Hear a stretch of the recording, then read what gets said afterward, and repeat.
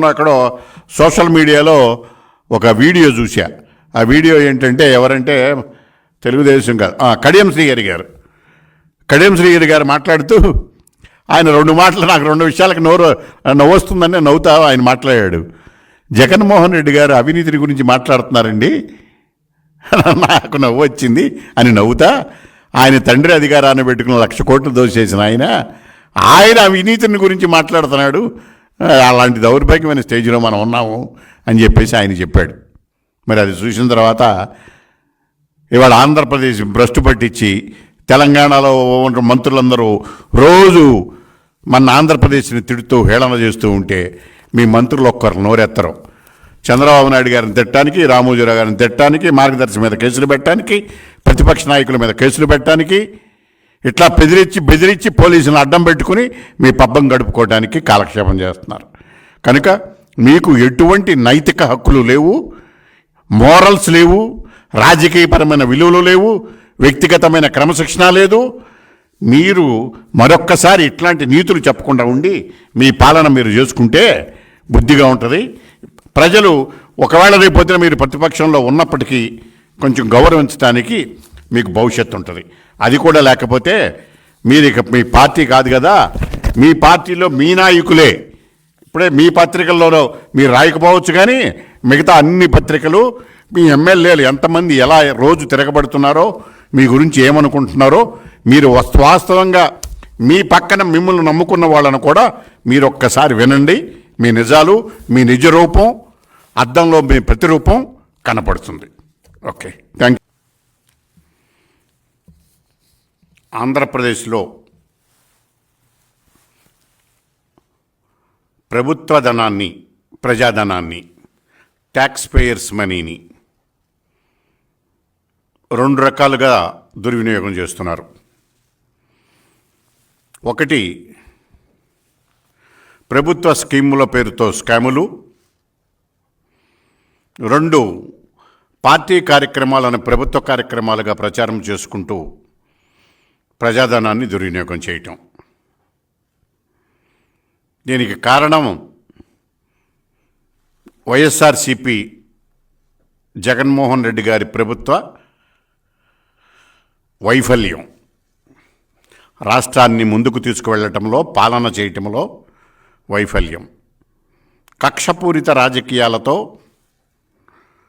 రాష్ట్రంలో విధ్వంసం. ప్రజాస్వామ్య రాజ్యాంగ ప్రాథమిక హక్కుల ఉల్లంఘన జరుగుతున్నది. రాష్ట్రంలో జరుగుతున్న రాజకీయ క్రీడ. రాష్ట్ర ప్రభుత్వం చేస్తున్నటువంటి ఈ వ్యవహారాలన్నిటినీ లోపాలు ఎత్తి చూపించిన వారిపైన, అవినీతిని విమర్శించిన వారిపైన కేసులు పెట్టి కక్ష కట్టి జైళ్లకు పంపటం, సోషల్ మీడియా వాళ్లలో పోస్టింగులు పెట్టిన వారిపైన అర్ధరాత్రికాడ నిర్బంధించి ఊళ్ళు తిప్పి అక్రమంగా కేసులు పెట్టడం. ఇది పాలనా వ్యవస్థ. అంతకు మించి ఈ పాలనలో జరుగుతున్నది ఏమీ లేదు. ప్రధానంగా మనం చూడవలసింది ఏమిటంటే, ఆంధ్రప్రదేశ్లో నిరుద్యోగం అనేది తాండవిస్తున్నది. నిరుద్యోగం తాండవించడానికి ప్రధానమైనటువంటి కారణం ఉన్న పరిశ్రమలను వెళ్ళగొట్టడం, కొత్త పరిశ్రమలను రానివ్వకుండా చేయటం. మొత్తం కావాలని చెప్పేసి పరిశ్రమలన్నిటినీ వెళ్ళగొట్టాడు రాష్ట్రంలో జగన్మోహన్ రెడ్డి గారు. ఎన్ని పరిశ్రమలు వెళ్ళగొట్టాడు అని అంటే, సుమారు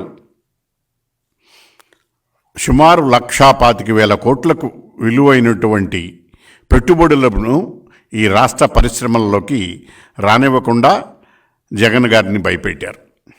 జగన్ గారు భయపెట్టారు వాళ్ళని. ఏ రకంగా?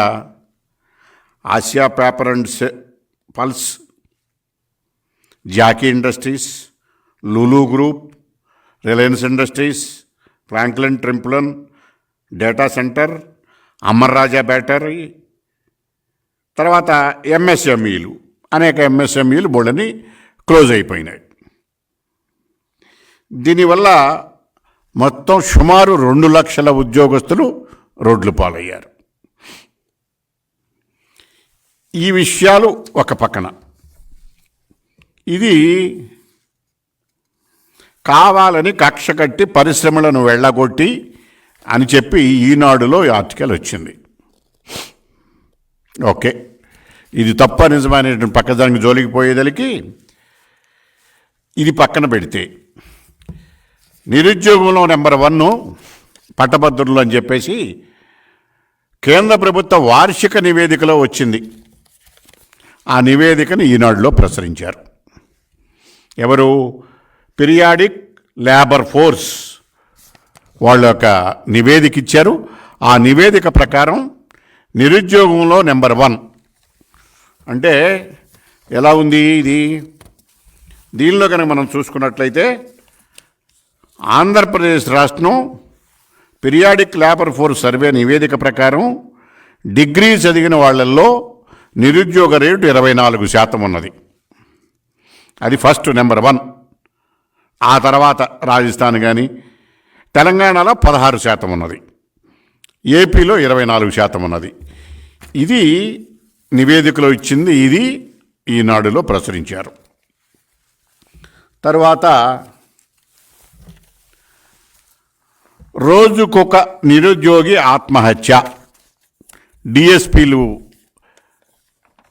వేస్తూ ఉన్నారు, అవి లేదు వేయలేదు అని చెప్పేసి గ్రూప్ 1 గ్రూప్ 2లకి వేయలేదు. 4 ఏళ్లలో మొత్తం 1345 మంది చనిపోయారు, బలవన్ మరణాలు. ఇది నిరుద్యోగులకి ఉద్యోగాలు లేక. ఇవి ఈనాడు పేపర్లో వచ్చినాయి వాస్తవాలు. ఇకపోతే ఇది ఒక భాగం. ఇంకోటి కూడా చెప్తా మీకు.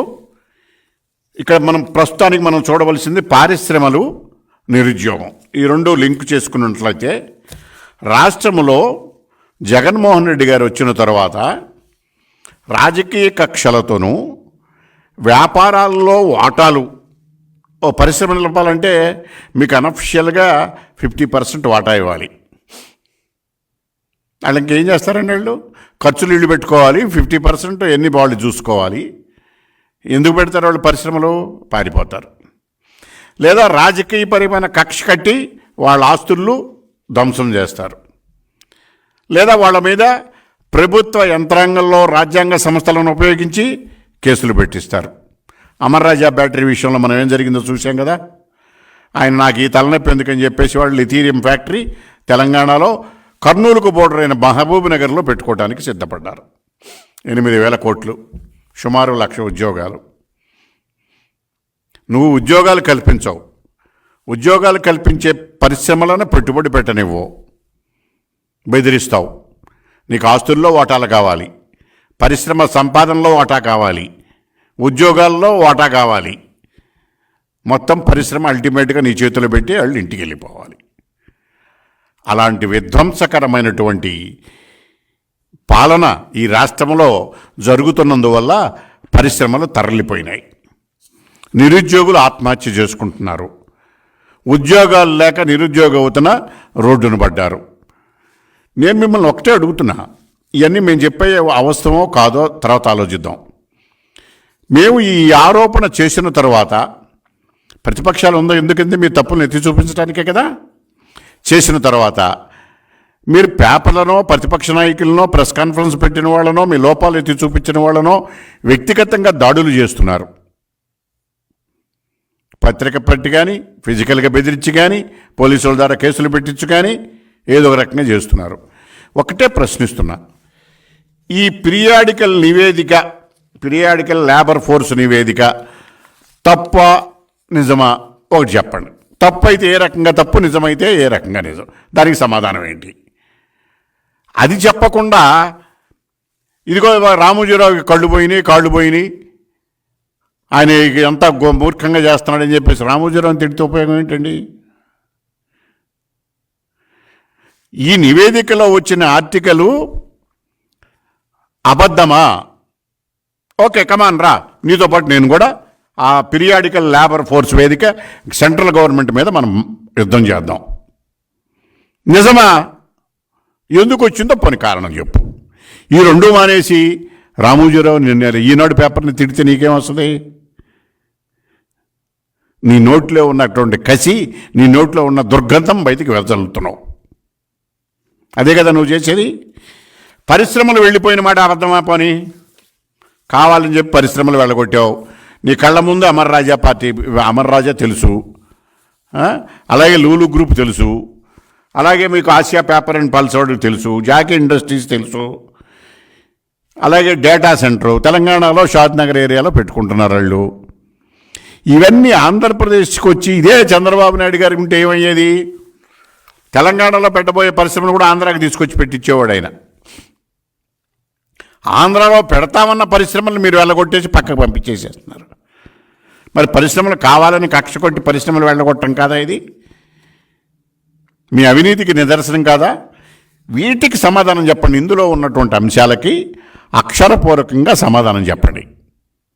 దాని మీద డిబేట్ చేయండి. కనుక పరిశ్రమలను వెళ్ళగొట్టారు, నిరుద్యోగంలో 2 లక్షల మంది నిరుద్యోగులను చేశారు, దాదాపు 1400 మంది నిరుద్యోగులు ఆత్మాహుతి చేసుకుంటున్నారు, ఇప్పటికీ నిర్మూలన జరుగుతూ ఉంది. అలాగే సెంట్రల్ బయటపెట్టిన నివేదిక ప్రకారం ఆంధ్రప్రదేశ్ రైతులు ఆత్మహత్యలో 3వ స్థానంలో నిలిచింది. ఇదే విషయాన్ని నేను మన పార్లమెంట్లో లేవనెత్తాను. రైతుల ఆత్మహత్యలు ఆంధ్రప్రదేశ్లో ప్రభుత్వం ఆదుకోకపోవటం వల్ల, రైతు వ్యతిరేక విధానాలు అవలంబించటం వల్ల, రైతులు కనీసం తుఫాను బాధితులను కూడా ఆదుకోలేనటువంటి దౌర్భాగ్య స్థితిలో ఉన్నందువల్ల మీరు ఆదుకోండి అని చెప్పి కేంద్ర ప్రభుత్వాన్ని నేను కోరటం జరిగింది. ఇది కేవలం మీ వైఫల్యమే కదా. ఈ రకంగా మీరేమో నిరుద్యోగాలు, పరిశ్రమలు వీటిని ఏమి చేయకుండా రాష్ట్ర అభివృద్ధికి ఎలా చేయాలనేది చెప్పకుండా విశాఖపట్నాన్ని రాజధానిగా పెడుతున్నాం, అది డెవలప్ అయింది అని చెబుతున్నారు. విశాఖపట్నం నువ్వు డెవలప్ చేసేదేంటి? ఆల్రెడీ డెవలప్ అయ్యి ఉంది అక్కడ.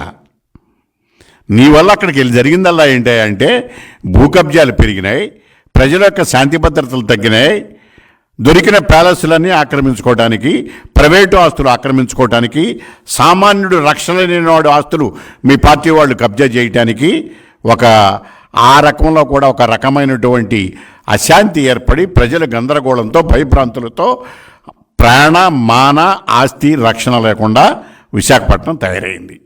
కారణం ఏమిటి? మీరు అడుగు పెట్టబట్టి మీ పార్టీ అక్కడ విధ్వంస కార్యక్రమాల వల్ల. కమన్, దాని మీద రండి, ఒక్కొక్కటి నిరూపిద్దాం. మీరు పేపర్లో తట్టి ప్రెస్సుల్లో తిట్టి ఉపయోగం లేదు. మీ సాక్షి టీవీని వెంట పెట్టుకురండి. ఒక్కొక్క ఇన్సిడెంటు జరిగినటువంటి వాస్తవాలు ఏమిటో మీ ముందు, ఆ ప్రెస్ ముందు, మీ సాక్షి టీవీ ముందు, ఈనాడు ముందు కాదు. ఎందుకంటే ఈనాడు అంటే మళ్ళీ రామోజీరావు గుర్తుకొస్తాడు. ఆయన గుర్తుకు రాగానే మీకు పగ వచ్చేస్తుంది, మీకు నిద్ర పట్టదు. రామోజీరావు గారిని తిడితే తప్ప మీకు రోజు గడవదు, చంద్రబాబు నాయుడు గారిని తిడితే తప్ప మీకు రోజు గడవదు. కనుక వాళ్ళని పక్కన పెట్టేద్దాం. మీ సాక్షి టీవీని తీసుకుని ప్రజల్లోకి వెళదాం. ఏ పరిశ్రమలు వెళ్ళిపోయినాయో, దానివల్ల ఎంత నష్టపోయినాయో చూద్దాం. ఎంతమంది కుటుంబాలు ఆత్మహత్యలు చేసుకున్నారో అవి పరిశీలిద్దాం. వాళ్ళ ఇళ్ళకి తీసుకెళ్తాం, మేము వెంట పెట్టుకుని తీసుకెళ్తాం. సబ్జెక్ట్ టు కండిషన్ మీ సాక్షి టీవీని వెంట పెట్టుకుని నిష్పక్షపాతంగా మీరు దౌర్జన్యాలు చేయకుండా, తిట్టకుండా, కేసులు పెట్టకుండా, వాస్తవాలు వెల్లడించడం కోసం ప్రజల్లోకి సాక్షి టీవీ ద్వారా ఈనాడులో రాసినటువంటి వార్తలు, కేంద్ర ప్రభుత్వం ఇచ్చినటువంటి నివేదికల ఆధారంగా మనం పరిశీలన చేద్దాం. క్షేత్రస్థాయి పరిశీలన చేయటానికి ఈ వార్తల ఆధారంగా మీరు పత్రికల యొక్క సాక్ష్యంలో, ఎలక్ట్రానిక్ మీడియా, ప్రింట్ మీడియాల వాళ్ళ యొక్క సమక్షంలో విచారణ చేయటానికి మీరు సిద్ధంగా ఉన్నారా? ఉంటే మేము సిద్ధంగా ఉన్నాం. వాటి మేము నిరూపిస్తాం.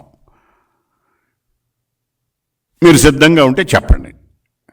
లేదు అని అనుకుంటే ఈ పత్రికల్లో రాసినటువంటి వాస్తవాలన్నీ కూడా పూర్తిగా నిజాలు అని చెప్పేసి మేము ప్రకటించవలసి వస్తుంది. ప్రకటించేది ఏముంది? మేము ప్రకటించలా, కేంద్ర ప్రభుత్వ సంస్థలే ప్రకటించినాయి. ఒకవేళ కేంద్ర ప్రభుత్వ సంస్థలు తప్పు అయితే, మీ ఎంపీలు ఉన్నారుగా, 31 మంది ఉన్నారు కదా, కేంద్ర ప్రభుత్వాన్ని నిలదీయాలి కదా. ఏంటండి నిరుద్యోగంలో ఇట్లా రాశారు మా మీద, రైతుల ఆత్మహత్యల మీద ఎలా రాశారు, ఇవన్నీ తప్పులు కదా అని చెప్పి పార్లమెంట్లో నిలదీయాలి కదా. మీ ఎంపీలు ఎంతసేపు అక్కడ ఉన్నటువంటి అధికార యంత్రాంగానికి ఊడికం చేసుకోవడానికి తప్ప రెండో కార్యక్రమం లేదు కదా. 21 మంది 31 మంది ఎంపీలుంటే ఏనాడైనా మీ ముఖ్యమంత్రి గారు పార్లమెంటరీ పార్టీ సమావేశం నిర్వహించారా? సమస్యలు చర్చించారా? రాష్ట్రానికి రావాల్సిన ప్రాజెక్టుల విషయం, నీటి విషయం, నిధుల విషయం, విధుల విషయం, ఏపీ రీఆర్గనైజేషన్ యాక్ట్కు సంబంధించినటువంటి అంశాల అమలు గురించి, మీరు చెబుతున్న ప్రత్యేక హోదా గురించి ఏనాడైనా మీరు మాట్లాడారా? మీ ఎంపీలు మాట్లాడారా?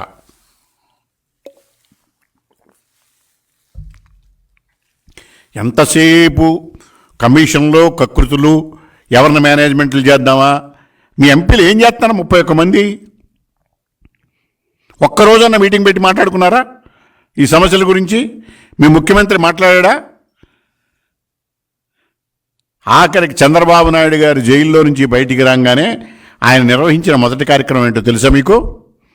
మీరు అక్రమంగా ఆయన నిర్బంధిస్తే న్యాయస్థానాలు ఆయనకి రక్షణ కల్పించి బయటికి తీసుకువచ్చిన రోజే ఆయన చేసినటువంటి మొట్టమొదటి కార్యక్రమం, మరుసటి రోజు నుంచి పార్లమెంటు ఉంది కనుక పార్లమెంటరీ పార్టీ సమావేశం పెట్టాడు ఆయన. ఆ విషయం తెలుసా అండి మీకు? ఒకసారి పత్రికలు తిరగేసుకోండి, మీడియా తిరగేసుకోండి. ప్రతిపక్షంలో ఉండి కూడా మేము మా విధులు నిర్వహించడానికి, మా గళమెత్తడానికి పార్లమెంట్లో ఏ రకంగా పోరాడాలో మాకు దిశ నిర్దేశం చేసినటువంటి నాయకుడు చంద్రబాబు నాయుడు గారు. మరి మీ జగన్మోహన్ రెడ్డి గారు 31 మంది ఎంపీలను పెట్టుకుని నెలకు 2 సార్లు ప్రధానమంత్రిని, హోంమంత్రిని కలుస్తూ నిధులు వేల కోట్లు అప్పులు తెచ్చుకుంటూ, ఆ అప్పులు తెచ్చినటువంటి అప్పులను మీరు దిగమింగుతూ ప్రజా సంక్షేమం కార్యక్రమంతో పేరుతో ఏనాడైనా ఈ రాష్ట్ర ప్రభుత్వ సమస్యలపైన, నిరుద్యోగం పైన, పరిశ్రమలపైన, ఏపీ రీఆర్గనైజేషన్ యాక్ట్లో అమలు చేయవలసిన విషయాలపైన మీటింగ్ పెట్టి చర్చించారా? చంద్రబాబు నాయుడు గారు ఉండగా ఆల్ పార్టీ ఎంపీలతో మీటింగ్ పెట్టేవాడు ఆయన, పెట్టి చేసేవాళ్ళు. కనీసమైనటువంటి ఇంగిత జ్ఞానం కూడా లేకుండా మీరు పాలన చేస్తున్నారు. దీనివల్ల రాష్ట్రం నష్టపోతున్నది. ఇక ఇంకో ముఖ్యమైన విషయం ఏంటంటే, రాష్ట్రంలో ఇప్పుడు జరుగుతున్నవన్నింటినీ కూడా నేను ఉన్నాను, నేను వినను అని చెప్పి ఈనాడులో ఒక ఆర్టికల్ వచ్చింది. దాని మీద మీరు ఏం చేశారు? సాక్షిలో ఒక ఆర్టికల్ వేశారు. అసత్యాలు అసూయపడేలా, పైచ్యం దాటిన పైచాచికం, జనం మెచ్చిన జగన్ పాలనలో అసూయతో మెలిగిపోతున్న రామోజీ, పరిపాలనకు మానవీయతా కోణం అని చెప్పి జగన్ గారి గురించి రాశారు. నేను విన్నాను, నేను ఉన్నాను అని. ఒక్క విషయానికి సమాధానం చెప్పండి. 31 మంది ఎంపీలు, 151 మంది ఎమ్మెల్యేలతో ఈరోజు వరకు ఒక్కసారి కూడా కలవని వాళ్ళు ఎన్ని వందల మంది ఉన్నారు?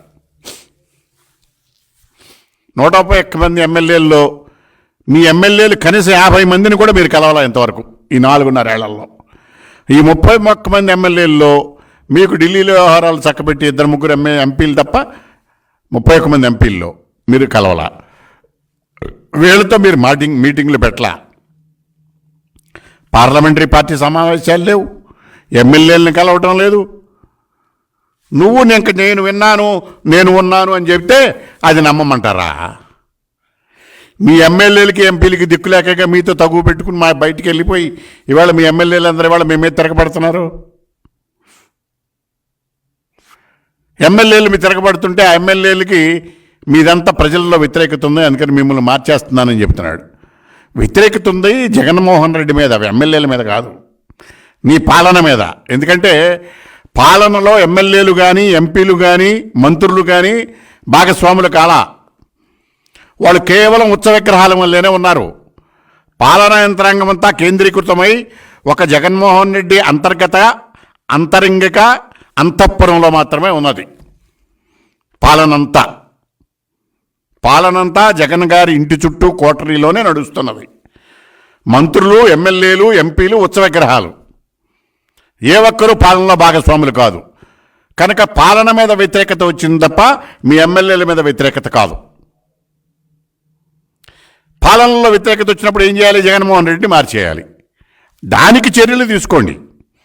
జగన్మోహన్ రెడ్డి కుటుంబాన్ని మొత్తం పక్కన పెడితే అప్పుడు ఈ సమస్యకు పరిష్కారం దొరుకుతుంది. అదే విషయం పక్కన పెట్టుకుని ఎక్కడెక్కడ ఏం జరిగింది, ఏమి వినలేదు అని ప్రతిపక్ష నేతగా ఈయన ఉన్నప్పుడు మీరు చెప్పింది ఏంటి, ఇవాళ మీరు చేస్తున్నది ఏమిటి, వీడియో క్లిప్పింగ్లతో సహా మేము మీ ముందు ఉంచుతాం. దానికి సమాధానం చెప్పండి. మొట్టమొదటి ప్రశ్న, అమరావతి రాజధానిగా ఉండాలి, 30,000 ఎకరాలు తీసుకోండి, గుంటూరు విజయవాడ మధ్యన రాజధాని పెట్టండి, మేము మనస్ఫూర్తిగా సమర్థిస్తున్నామని చెప్పావా లేదా? నెంబర్ 1. ఉదాహరణకి మరి అమరావతి రాజధాని పెట్టిన తర్వాత నువ్వు అధికారంలోకి రాగానే దీన్ని 3 రాజధానులు అనే పేరుతో విచ్ఛిన్నం చేసి ప్రజల మధ్య కలతలు పెట్టి దాదాపు 4 సంవత్సరాలుగా అమరావతి ఏరియా ప్రాంత రైతులని, రాష్ట్రంలో ప్రజలను రోడ్ల మీద పడేసి కేసులు పెట్టి నిర్బంధం చేస్తున్నావా లేదా? ఇది నువ్వు ఇచ్చినటువంటి ప్రామిస్కి, వాగ్దానానికి విరుద్ధమా, మడం తిప్పటమా కాదా? ఇలాంటివి చెప్పుకుండా పోతే ఇవాళ నాకు ఈరోజు సరిపోదు. వాటికి మీరు సమాధానం చెప్పండి. మేము ఇంతకు ముందు చెప్పాము, మేము తప్పు అయిపోయింది, లెంపలేసుకుంటున్నాం, ప్రజలకు క్షమాపణ చెబుతున్నాం.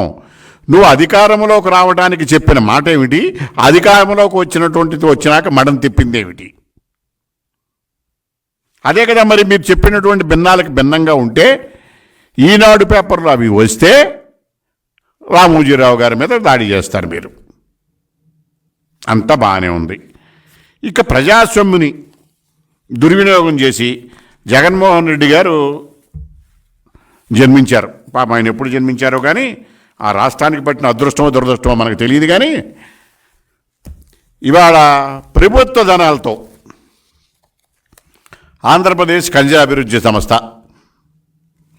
ప్రభుత్వ ధనంతో సుమారు 100 కోట్లు. ఈ 100 కోట్లు కూడా ఎవరికి వెళ్ళాలి? సాక్షి పేపర్కి వెళ్ళాలి. డబ్బులు ఎవరి? ప్రభుత్వ సంస్థలై. ఈ పుట్టినరోజు ఎవరిది? జగన్మోహన్ రెడ్డి గారిది. జగన్మోహన్ రెడ్డి గారి పుట్టినరోజుకి రాష్ట్ర ప్రభుత్వ సంస్థల ద్వారా 100 కోట్లు వెచ్చించి ప్రకటనలు సాక్షి పేపర్లు ఇస్తే మళ్ళీ ఎవరికి వెళ్తాయి? సాక్షి పేపర్కి వెళ్తాయి. అంటే ఏంటి? ఇది ఎక్కడ విడ్డూరం అండి? ఇది ఏ రాష్ట్రంలో ఉన్నా, ఏ ప్రభుత్వంలో ఉన్నా మనం చూసామా? ఇది ప్రభుత్వం నీది, పుట్టినరోజు నీది, పత్రిక నీది, డబ్బులు మాత్రం ప్రజలే. ప్రజల డబ్బుని ఏ రకంగా మౌలు చేయాలనే దానికి ఇంతకన్నా సాక్ష్యం మీకు ఏమైనా కావాలండి?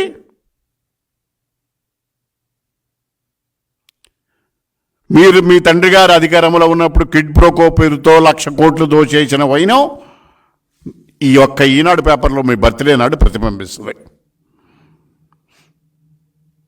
ప్రభుత్వ డబ్బులు, ప్రజల డబ్బులు, ట్యాక్స్ పేయర్స్ మనీని మీ బర్త్డే ప్రచారం కోసం, ప్రచారానికి మీ సంస్థల అన్నిటికీ కూడా ఉపయోగించుకుని ప్రైవేటుగా అధికారికంగా డబ్బులు మీ పత్రిక జారడానికి ఇది ఉదాహరణ. ఇంతకన్నా అవినీతి ఏమైనా ఉంటుందండి? దీన్ని మించిన అవినీతి ఏమైనా మనం చూపించగలమా?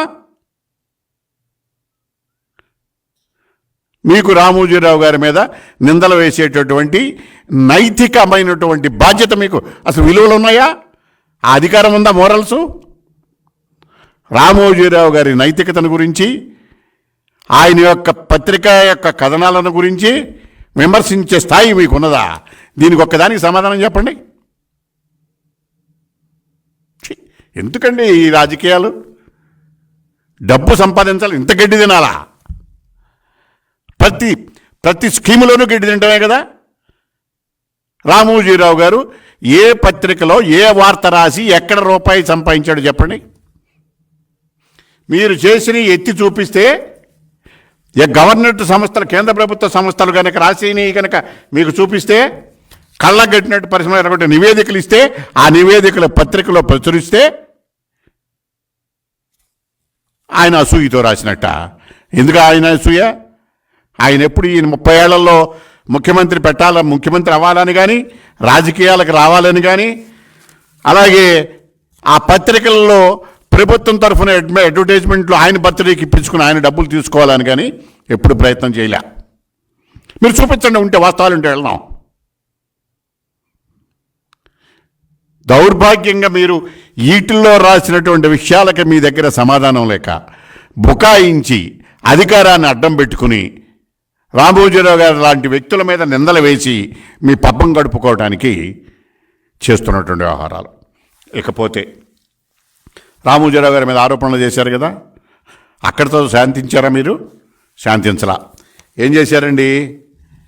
మార్గదర్శి, ఆయన సంస్థ మార్గదర్శి చిట్ ఫండ్ ఎన్ని సంవత్సరాల నుంచి నడుస్తుంది? ఎన్ని కేసులు పెట్టారు? చివరికి కోర్టులను కూడా నిందించారు ఆయన కేసుల్లో. మీరు చివరికి కోర్టులకు వెళ్తే ఏం చేశారు? సుప్రీంకోర్టు నోటీసులు ఇచ్చి మీకు మొత్తం ఇదంతా నోటీసులు ఇచ్చి మీకు మొట్టికాయలు మొట్టి ఆంధ్రప్రదేశ్ హైకోర్టులో మిమ్మల్ని సిఐడి వాళ్ళని దొంగ కేసులు పెట్టినందుకు క్షమాపణలు చెప్పించి, అయినా కూడా మీకు బుద్ధి రాలేదుగా. మార్గదర్శి వ్యవహారంలో కక్షగట్టి ఎటువంటి కంప్లైంట్ పబ్లిక్ నుంచి లేకపోయినా కొన్ని లక్షల మందికి ఉపాధి కల్పిస్తున్నటువంటి ఆ సంస్థని రాష్ట్ర ప్రభుత్వం నుంచి రాష్ట్రం మూసేయించడానికి, ఈ రాష్ట్రాన్ని నుంచి తెలంగాణ రాష్ట్రం నుంచి రామోజీరావు గారి ఆర్థిక మూలాలు దెబ్బతీయటానికి మీరెన్ని దెబ్బలు తీసినా ప్రజల్లో ఉండే బలమైన నాడిపోదు. ఒకటే ఉదాహరణ, మీ తండ్రి గారు ఆయన ముఖ్యమంత్రి అయిన తరువాత ఇళ్ల స్థలం లేక రాష్ట్ర ప్రభుత్వం నుంచి గజానికి 1000 రూపాయల చొప్పున ఆయన ముఖ్యమంత్రిగా రెగ్యులరైజ్ కోర్టు ద్వారా వెళ్ళి తర్వాత రెగ్యులరైజ్ చేయించుకున్నాయి. ఇంటికి స్థలము లేదు అని చెప్పి ఇళ్ల స్థలము చేయించుకున్న పరిస్థితి నుంచి ఆయన ఎప్పుడు ముఖ్యమంత్రి అయ్యారండి? 2004లో. 2009 లోపు అప్పటికి వాళ్ళ కుటుంబ ఆస్తి అది. జగన్మోహన్ రెడ్డి గారికి అప్పటికి ఆస్తి ఎంతండి? 1,00,000 కోట్లు అన్అఫిషియల్గా, అంటే మార్కెట్ వాల్యూ. అదే సిబిఐ వాళ్ళు లెక్క కట్టి వేసింది ఎంతండి? 43,000 కోట్లు. 43,000 కోట్ల ఆస్తి. పోనీ సిబిఐ లెక్కే తీసుకుందాం. తండ్రి అధికారాన్ని మించిన 5 సంవత్సరాల్లో సంపాదిస్తే రామోజీరావు గారు ఎప్పుడు ఈ సంస్థలను పెట్టారు? ఇవాళకి ఏ స్థాయికి వచ్చాడు ఆయన? ఇదంతా లేకుండా ఒక్క సంవత్సరంలో 43,000 కోట్లు సంపాదించేటటువంటి మార్గం ఈ దేశంలో ప్రపంచంలో ఒక పత్రిక, ఇంగ్లీష్ పత్రిక వరల్డ్ మ్యాగజైను ఏమని రాసిందో తెలుసా? ఈ ప్రపంచంలో అత్యంత రాజకీయ అవినీతిపరుడు ఎవరు అంటే జగన్మోహన్ రెడ్డి గారిని ప్రచురించింది. దానికి కూడా రామోజీరావు గారి కారణమా? International magazine. పోనీ అది అబద్ధమా? అది రాసింది అబద్ధమా? లేకపోతే ఆ పత్రిక అబద్ధం రాసిందా? లేకపోతే మీరు చేసింది ఇంకా తక్కువ రాసిందా? నా ప్రకారం తక్కువ రాసింది. ఎందుకంటే 43,000 కోట్లు సిబిఐ లెక్క, కానీ మా లెక్క 1,00,000 కోట్లు. అప్పుడు మరి తండ్రి అధికారాన్ని అడ్డం పెట్టుకుని 43,000 కోట్లు సంపాదిస్తే ఓ సంవత్సరానికి 5 సంవత్సరాలకి నీ అధికారాన్ని అడ్డం పెట్టుకుని ఈ 5 సంవత్సరాల్లో ఎన్ని లక్షల కోట్లు సంపాదించుంటారు మీరు? అదంతా ఈ సాక్షి పేపర్లో ఎన్ని కోట్లు వచ్చినాయి మీకు ఈ అడ్వర్టైజ్మెంట్ల ద్వారా? మీ పుట్టినరోజుకి గవర్నమెంట్ డబ్బు ఎన్ని కోట్లు వచ్చినాయి మీకు మీ సాక్షి పేపర్కి? ఇది అవినీతి కాదా? మీరు అవినీతిని గురించి, రామోజీరావుని గురించి, చంద్రబాబు నాయుడు గురించి మాట్లాడే నైతిక అర్హత మీకున్నదా? ప్రజల జీవితాలతో చెలగాటమాడుతున్నారు మీరు. నిరుద్యోగుల జీవితాలతో చెలగాటమాడుతున్నారు. రైతుల జీవితాలతో చెలగాటమాడుతున్నారు. ఈ రాష్ట్రాన్ని విధ్వంసకాపారణలకు నెట్టేసి మీ పబ్బం గడుపుకుంటూ ఎదురుదాడి చేసి మీ ప్రైవేట్ ఆర్మీ ద్వారా ప్రభుత్వ పోలీసులను ప్రైవేట్ ఆర్మీగా మార్చి ప్రజల మీద, మీ పైన నిరసన వ్యక్తం చేసిన వారి మీద దాడులు చేస్తూ, కేసులు పెట్టి, కాలయాపన చేస్తూ మీరు మీ వ్యవహారం చేస్తున్నారు. మీ అవినీతిని కప్పిపుచ్చుకోవడానికి ప్రయత్నం చేస్తున్నారు. ఇదే పరిస్థితి మీరు ఇప్పటికి కూడా మీకు కన్ను విప్పు కలగట్లేదు. తెల్లవారు లెగిస్తే చంద్రబాబు జపం లేదా రామోజీరావు గారు జపం. చంద్రబాబు గారు, రామోజీరావు గారు. మీ మంత్రులు ఏం చెప్తారు? చంద్రబాబు పని ఫినిష్, రామోజీరావు పని ఫినిష్, లేకపోతే ఇంకో పత్రిక ఎల్లో మీడియా ఏదో ఇంకో పని ఫినిష్. అన్నీ అయిపోయినాయి. చంద్రబాబు గారు అయిపోయాడు, లోకేష్ అయిపోయాడు, అందరూ అయిపోయాడు, పవన్ కళ్యాణ్ దత్తపుత్రుడు, వాళ్ళు కలిస్తే అవసరం లేదు, ఆ పీకే వచ్చాడు, ఈ పీకే వచ్చాడు అని చెప్పి మీరు పీకేస్తున్నారు. ఎన్ని చూస్తుంటే మీకు నిద్ర పట్టక నిద్రాహారాలు మానేసి గందరగోళమైనటువంటి పరిస్థితికి నెట్టబడి మీ పత్రికల నిండా చంద్రబాబుని గురించి, రామోజీరావుని గురించి. ఏ రోజైనా ఉన్నది ఉన్నట్టు రాసినటువంటి పత్రిక సాక్షులు ఏనాడైనా, ఏ ఒక్కరోజైనా కనీసం సుప్రీంకోర్టులో ఇచ్చినటువంటి ఉత్తర్వులని ఉత్తర్వుగా దాన్ని వక్రీకరించకుండా ప్రచురించిన రోజు ఉన్నదా మీకు?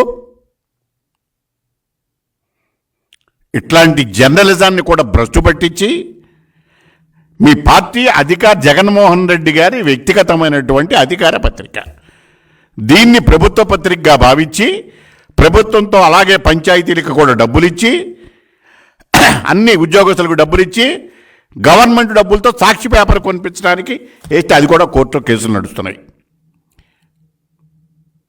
ఇట్లాంటి విధ్వంసకర పాలనలో మీరు ఇప్పటికైనా వాస్తవాలు గమనించి ఎదుటివారి మీద దాడి చేసి మానేసి మీరు చేసినటువంటి పనులు ఏంటో చెప్పుకోండి. మేము చెప్తున్నాం మీరు చేసిన ప్రతిపక్షంలో ఏమున్నాయో అది కాదని నిరూపించడానికి సిద్ధపడండి, మేము సిద్ధంగా ఉన్నాం. మీరు ఇట్లాంటి అకృత్యాలకు కనుక పాల్పడినట్టయితే సాక్షి పేపర్లను మీరు అతి త్వరలో మీరే మూసుకోవాల్సిన పరిస్థితి వస్తుంది. అంతేకాకుండా రామోజీరావు గారి మీద, చంద్రబాబు నాయుడు గారి మీద దాడి చేస్తున్నారు మీరు. మీకు ఎంతో కాలం చేయలేరు, మీకు మిగిలింది ఈ 3 నెలల కాలమే. ఈ 3 నెలల కాలంలో మీ భాగవతాలన్నీ ఇంకా మిగతాయన్నీ కూడా బయటకు వస్తాయి. ప్రజలు మీరు రాసేటటువంటి రాష్ట్రాలకి అసత్యాలు అసూయపడేలా ఇదండి సాక్షి పేపర్లో రాసేది. ఎవరిదే సత్యం? సత్యాన్ని గురించి మీరు మాట్లాడటం